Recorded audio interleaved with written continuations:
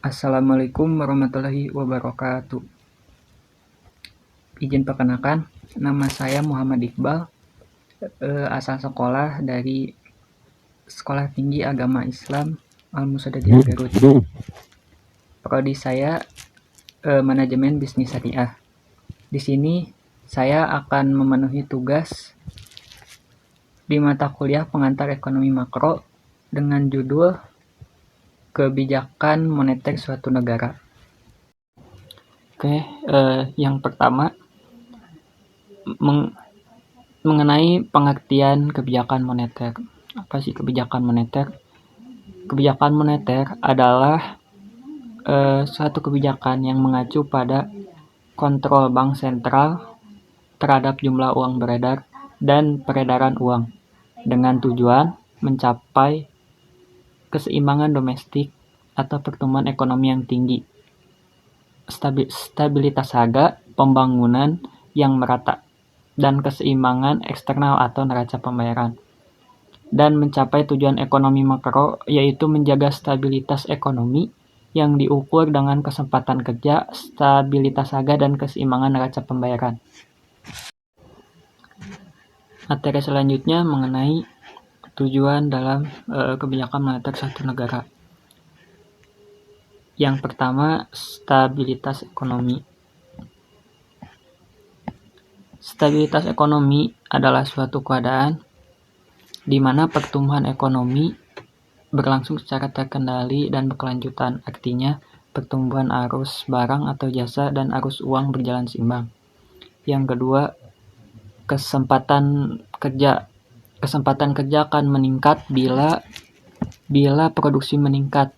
Peningkatan produksi biasanya diikuti dengan perbaikan nasib para karyawan yang ditinjau dari segi upah maupun keselamatan kerja.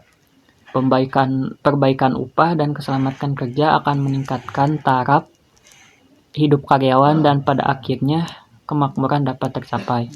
Yang ketiga, kestabilan harga. Kestabilan harga ditandai dengan stabilitas harga barang dari waktu ke waktu. Harga yang stabil menyebabkan masyarakat percaya bahwa membeli barang pada tingkat harga sekarang sama dengan tingkat harga yang akan datang, atau daya beli uang dari waktu ke waktu adalah sama. Yang keempat, neraca pembayaran internasional.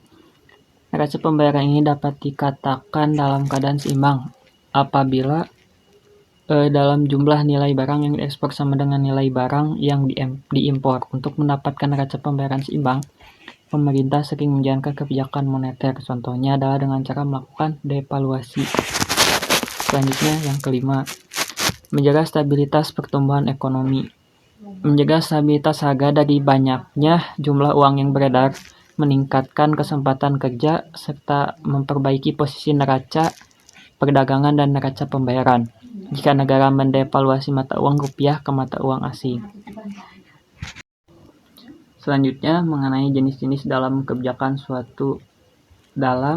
kebijakan moneter suatu negara. Yang pertama, ekspansif. Kebijakan yang menjalankan pengelolaan serta pengaturan jumlah uang yang beredar dalam kegiatan ekonomi negara. Sedangkan kontraktif adalah kebijakan yang dilakukan sebagai upaya untuk mengurangi jumlah uang yang beredar di tengah-tengah masyarakat ketika negara mengalami inflasi. Materi yang ketiga selanjutnya instrumen kebijakan moneter. Di antaranya yang pertama kebijakan diskonto. Kebijakan ini adalah instrumen kebijakan moneter yang diukur dari tingkat suku bunga bank. Dalam kebijakan ini, bank-bank umum akan memberikan pinjaman dana kepada BI atau bank sentral sehingga tingkat peredaran uang di masyarakat menjadi stabil. Kedua, operasi pasar terbuka.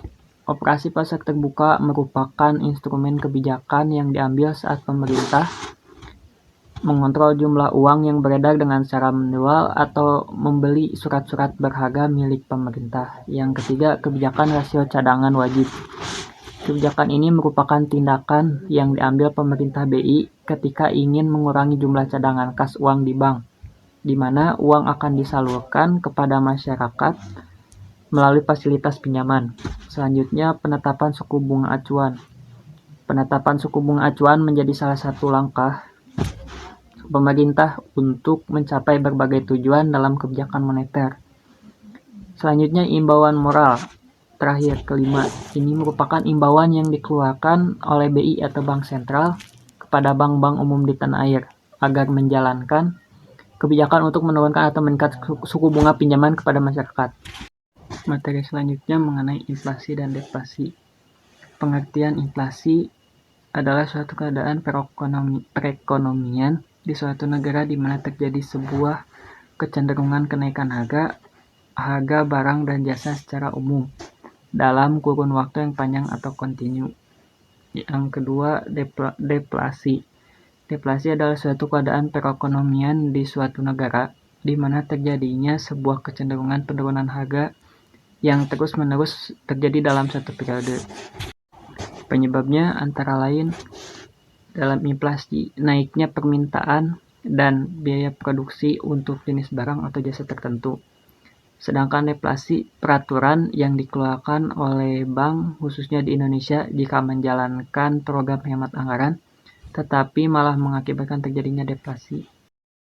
Sementara untuk dampaknya, inflasi yang pertama meningkatnya biaya hidup, yang kedua penurunan nilai uang, yang ketiga meningkatnya suku bunga, yang keempat menurunnya investasi, serta meningkatnya pengangguran. Sedangkan untuk deflasi, dampaknya yaitu 1. Menurunnya permintaan, 2. Kenaikan pengangguran, 3. Menurunnya investasi, serta meningkatnya utang real dan menurunnya pendapatan pemerintah. Selanjutnya, mengenai materi gimana sih cara mengatasi inflasi dan deflasi. Di antaranya yang pertama, kebijakan moneter kontraktif. Ini merupakan kebijakan moneter yang dapat digunakan untuk mengurangi jumlah mata uang yang beredar dan dapat mengatasi terjadinya inflasi. Yang kedua, kebijakan moneter ekspansif merupakan kebijakan yang diambil untuk meningkatkan jumlah uang yang beredar. Tujuan dari kebijakan ini yaitu untuk mengatasi pengangguran dan meningkatkan daya beli masyarakat. Ketiga, kebijakan fiskal kontraktif bertujuan untuk mengurangi output perekonomian. Terakhir, kebijakan fiskal ekspansif bertujuan untuk meningkatkan output perekonomian. Mungkin sekian presentasi dari saya. Sebelum saya tutup, saya akan membacakan kesimpulannya.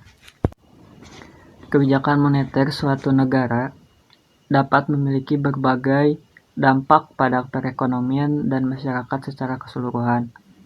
Beberapa dampak positif dari kebijakan moneter yang tepat adalah dapat membantu menjaga inflasi tetap rendah, mempromosikan pertumbuhan ekonomi yang stabil, dan mendorong investasi. Namun, kebijakan moneter yang kurang tepat atau tidak terkoordinasi dapat memicu inflasi yang tinggi, melambatkan pertumbuhan ekonomi, dan meningkatkan risiko kebangkrutan perusahaan dan sektor keuangan. Sekian dari kelompok saya.